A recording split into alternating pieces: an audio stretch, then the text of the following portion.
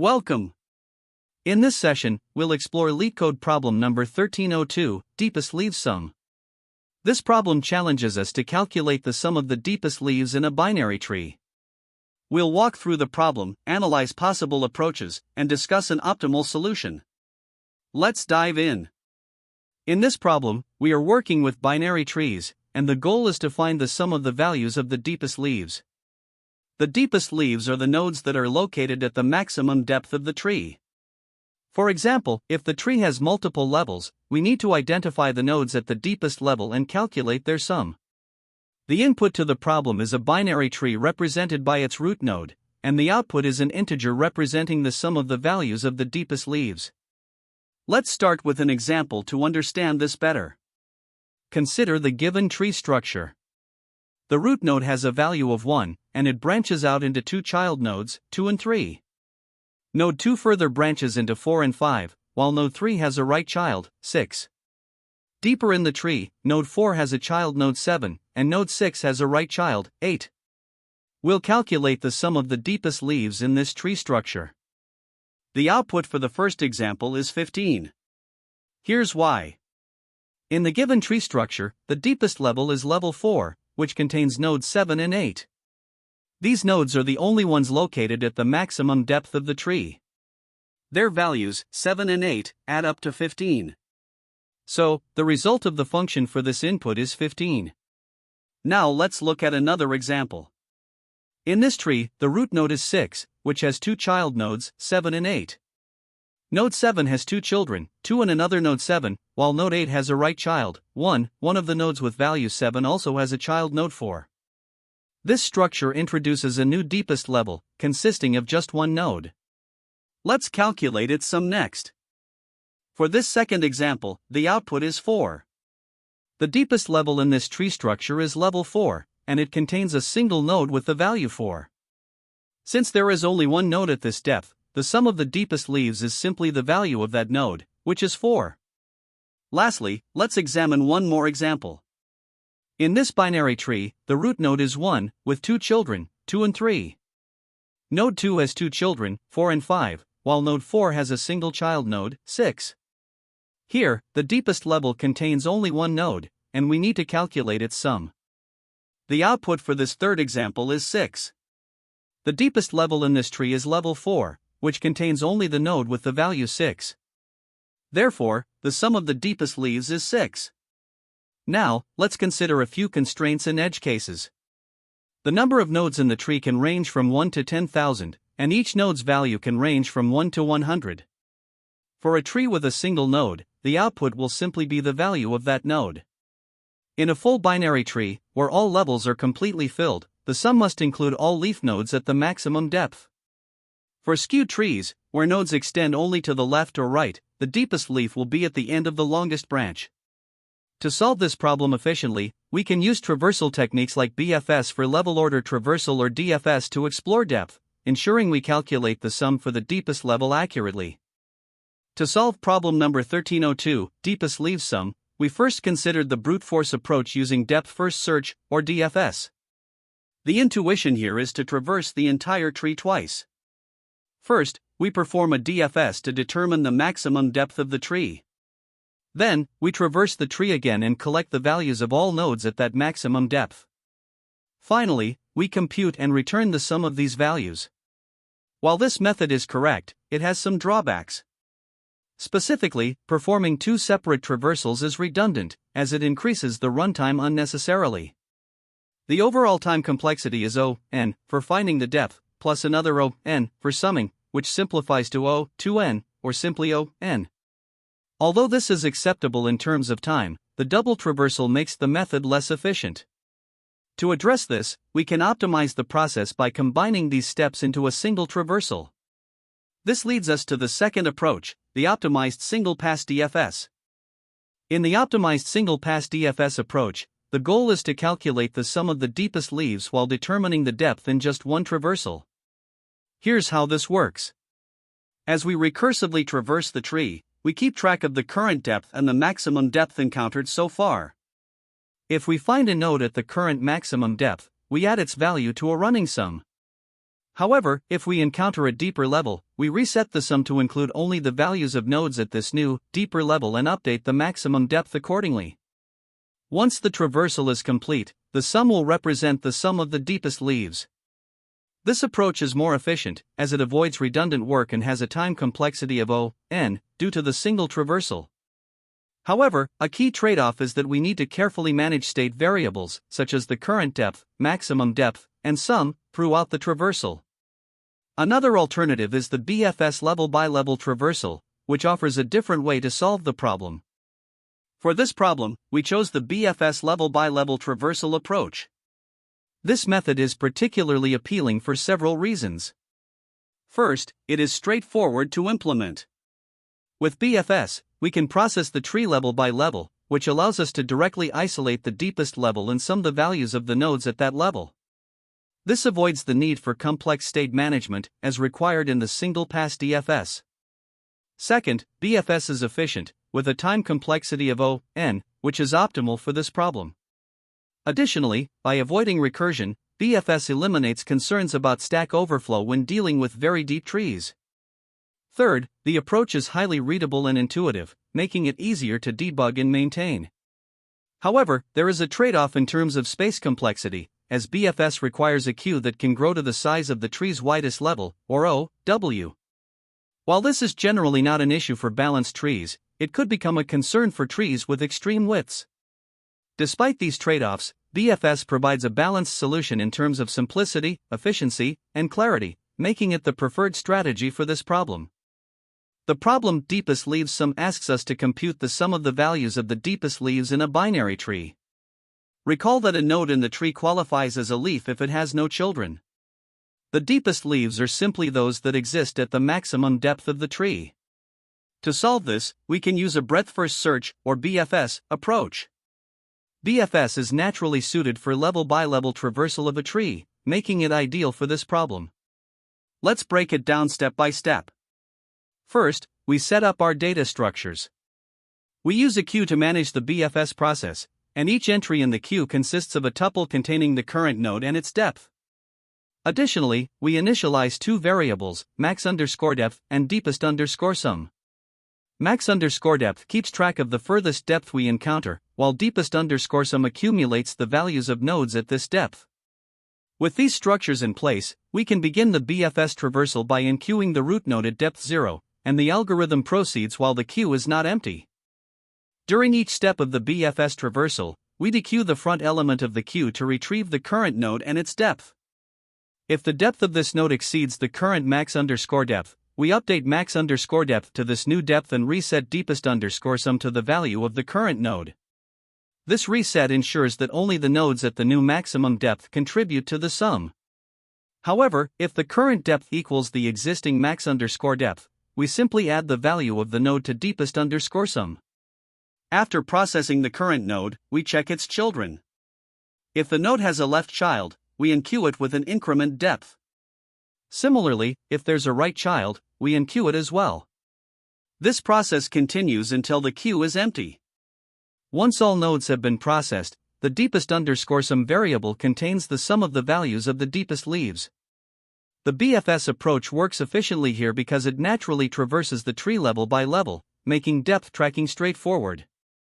An important detail in this algorithm is the early reset of deepest_sum whenever a new max_depth is encountered. This ensures that only nodes at the current maximum depth are included in the sum, avoiding contributions from shallower levels. The use of a queue is another key element. With its constant time enqueue and dequeue operations, the queue allows us to perform BFS efficiently. Regarding the data structures, the queue stores tuples of nodes and their depths, while the integers max_depth and deepest_sum track the maximum depth reached and the cumulative sum of the deepest leaves, respectively. Now, let's examine the algorithm's complexity. The time complexity is O(n), where n is the total number of nodes in the tree, as each node is processed exactly once. The space complexity is O(d), where d is the maximum width of the tree, representing the largest number of nodes present at any depth. Finally, the algorithm handles a few critical edge cases. For instance, if the tree is empty, the sum is naturally 0. In the case of a single node tree, the root is both the only leaf and the deepest leaf, so its value is returned. Additionally, the algorithm accounts for scenarios with multiple deepest leaves, ensuring that all leaves at the maximum depth contribute to the sum. It also handles imbalanced trees where one branch extends much deeper than others. To solidify our understanding, let's walk through an example. Consider a binary tree where the root node is labeled 1, with children 2 and 3. Node 2, in turn, has children 4 and 5, while node 3 has a single right child, 6. Moving further, node 4 has a left child, 7, and node 6 has a right child, 8. The goal is to compute the sum of the deepest leaves. We start by enqueuing the root node, labeled 1, at depth 0. At this point, max_depth is 0, and deepest_sum is initialized to 0. Processing node 1, we update the queue with its children, nodes 2 and 3, both at depth 1. Next, we process node 2 at depth 1. Since this is a new maximum depth, max_depth is updated to 1, and deepest_sum is reset to the value of node 2, which is 2. We then enqueue its children, nodes 4 and 5, at depth 2. Node 3 is processed next, also at depth 1. Because this depth matches max_depth, we add its value to deepest_sum, making it 5. We enqueue its child, node 6, at depth 2. Moving to depth 2, we process node 4, updating max_depth to 2 and resetting deepest_sum to its value, 4. Node 4's child, node 7, is enqueued at depth 3. Processing node 5 at the same depth, we add its value to deepest_sum, which becomes 9. Node 6 is processed next, adding its value to deepest_sum, resulting in 15. Finally, at depth 3, we process nodes 7 and 8, updating deepest_sum to their combined value of 15. With all nodes processed, the algorithm returns 15 as the sum of the deepest leaves. Here, we begin by importing the deep class from the collections module, which we'll use to perform a level-order traversal of the binary tree. Next, we define our solution class and the method deepestLeavesSum, which takes the root of the tree as its input. The first check ensures that if the tree is empty, we simply return 0. Now, we initialize a queue using deek, starting with the root node. This queue will help us traverse the tree level by level. We also define a variable deepest_sum to store the sum of the values at the deepest level of the tree. As we enter the while loop, we reset deepest_sum to 0 at the start of each level, ensuring we're calculating the sum only for the current level. Then, for each node at the current level, we remove it from the queue, add its value to deepest_sum, and check if it has left or right children. If it does, we append those child nodes to the queue for processing in the next level. Finally, when the loop completes, the deepest_sum variable will hold the sum of the values at the deepest level of the tree, as each iteration of the loop represents one level of the tree. We simply return this value, completing the method. This implementation ensures that we traverse the tree level by level, and by resetting deepest_sum with every iteration, we guarantee that only the values from the last level are included in the final sum. To solve the problem, we start by defining the structure of a binary tree node using the treeNode class. Each node contains a value, as well as references to its left and right child nodes. The class includes constructors for creating nodes with or without children. Now, within the solution class, we define the method deepestLeavesSum, which will compute the sum of the values at the deepest level of the tree. First, we handle the edge case where the root is null by returning 0. Then, we initialize a queue to perform a level-order traversal, also known as a breadth-first search, starting with the root node. This approach ensures that we process nodes level by level. We also declare a variable, deepestSum, to hold the sum of the values at the deepest level as we traverse the tree. The core of the algorithm lies in the while loop, which continues as long as there are nodes left to process in the queue. At the start of each iteration, we reset the deepestSum to 0 because we are moving to a new level in the tree. We then determine the number of nodes at the current level using the size of the queue. For each node at this level, we remove it from the queue and add its value to the deepestSum. If the node has a left or right child, we add those children to the queue to process in the next iteration. This ensures that all nodes at the current level are handled before moving on to the next.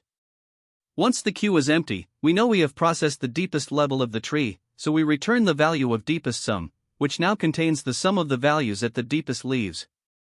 Let's start with the first example, which is a balanced binary tree. The input tree has 3 levels, starting with the root node at the top. We initialize our queue with the root node, which has a value of 1, and set the deepest underscore sum to 0. Using level order traversal, we process each level of the tree one at a time. At the first level, the queue contains only the root node, so we process node 1, adding its left and right children, nodes 2 and 3, to the queue. The deepest underscore sum for this level is updated to 1, which is the value of the root node. Moving to the second level, the queue now contains nodes 2 and 3. We reset deepest underscore sum to 0 before processing this level. For node 2, we add its children, nodes 4 and 5, to the queue and add its value to deepest underscore sum, making it 2. Similarly, we process node 3, adding its children, nodes 6 and 7, to the queue and updating deepest underscore sum to 5 by the end of this level. Finally, we reach the third and deepest level, where the queue contains nodes 4, 5, 6, and 7. Again, we reset deepest underscore sum to 0 before processing this level.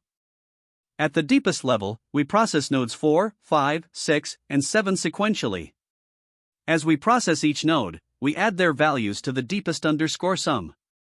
Since these nodes have no children, nothing further is added to the queue. After processing all 4 nodes, the deepest underscore sum becomes 22, which is the sum of the values of nodes 4, 5, 6, and 7. With no more levels to process, the traversal is complete, and the final output for this example is deepest underscore sum equals 22. Now, let's look at a different type of tree structure, a left-skewed tree. Here, the input tree consists of 3 nodes, all aligned along the left. We initialize the queue with the root node, which has a value of 1, and set deepest underscore sum to 0. At the first level, the queue contains only the root node. We process node 1 by adding its left child, node 2, to the queue and updating the deepest underscore sum to 1 for this level. With the first level processed, we reset deepest underscore sum to 0 and move to the second level, where the queue contains only node 2. Processing node 2 involves adding its left child, node 3, to the queue and updating deepest underscore sum to 2 for this level. After completing the second level, we proceed to the third and deepest level, which contains only node 3. Again, we reset deepest underscore sum to 0 before processing. Node 3 has no children, so we simply update the deepest underscore sum to 3, which is its value. With no more levels to traverse, the final output for this example is deepest underscore sum equals 3. Lastly, let's consider a different scenario with a tree that has only one node. In this final example, the input is a single node tree where the root node has a value of 10. We initialize the queue with the root node and set deepest underscore sum to 0. Since there's only one level in this tree, the queue initially contains just the root node. Processing node 10 involves updating the deepest underscore sum to its value, which is 10. As node 10 has no children, the queue becomes empty after processing this level. With no further levels to traverse, the traversal is complete. The final output for this example is deepest underscore sum equals 10. Here, we analyze the time complexity of the solution, which is O(n), where n is the total number of nodes in the binary tree. This stems from the level order traversal performed using a queue, which processes each node exactly once as it is dequeued and, if it has children, enqueues them for future processing. This ensures that every node is visited and processed precisely one time, making the overall number of operations proportional to n. Additionally, the inner loop, which iterates through nodes at each level, contributes to the same O(n) complexity because each node in the tree is only iterated once during the traversal. Mathematically, the number of nodes in a binary tree grows exponentially at each level, with a complete binary tree containing 2 to the power of h1 nodes at height h. The sum of these nodes is directly proportional to n, affirming that the algorithm achieves O(n) time complexity. Now, let's evaluate the space complexity of the solution, which is O(w), where w represents the maximum width of the binary tree. The primary space usage comes from the queue used during the BFS traversal. At its peak, the queue will contain all nodes at the widest level of the tree, which determines the value of w. Additionally, the algorithm uses a few constant space auxiliary variables, such as deepest underscore sum, which do not depend on the size of the input. This contributes only O1 to the overall space complexity. Therefore, the dominant factor is the Q, leading to a space complexity of OW. Next, we consider the best, average, and worst-case scenarios. In the best case, where the binary tree consists of only the root node, the time complexity is O1, as there's just one node to process, and the queue size never exceeds 1. In the average case, for a randomly structured binary tree, the time complexity remains O(n), and the space complexity depends on the tree's width. In the worst case, for a complete binary tree, the maximum width occurs at the last level, which contains about n/2 nodes. This gives a space complexity of O(n/2), which simplifies to O(n).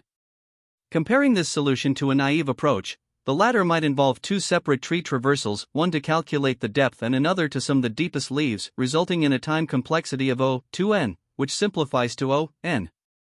However, the provided solution combines these steps into a single traversal, achieving the same O(n) time complexity with only one pass. In terms of space, the naive DFS approach could use O(h) stack space for recursive calls, where h is the height of the tree, while the BFS solution achieves a predictable space complexity of OW. This makes the BFS approach generally more efficient for wide, shallow trees. To conclude, this algorithm is optimal for solving the deepest leaves sum problem in terms of both time and space complexity. The single-pass BFS ensures an O(n) time complexity, as each node is processed exactly once, while the space complexity of OW is efficient given the constraints of a binary tree. This balance of time and space efficiency makes the solution well suited for handling binary trees of varying shapes and sizes. One of the most common mistakes when solving the deepest leaves sum problem is not resetting the sum correctly for the deepest level. If you simply accumulate the sum across all levels without distinguishing the deepest one, you'll end up including values from shallower levels, which violates the problem's requirement to focus solely on the deepest leaves.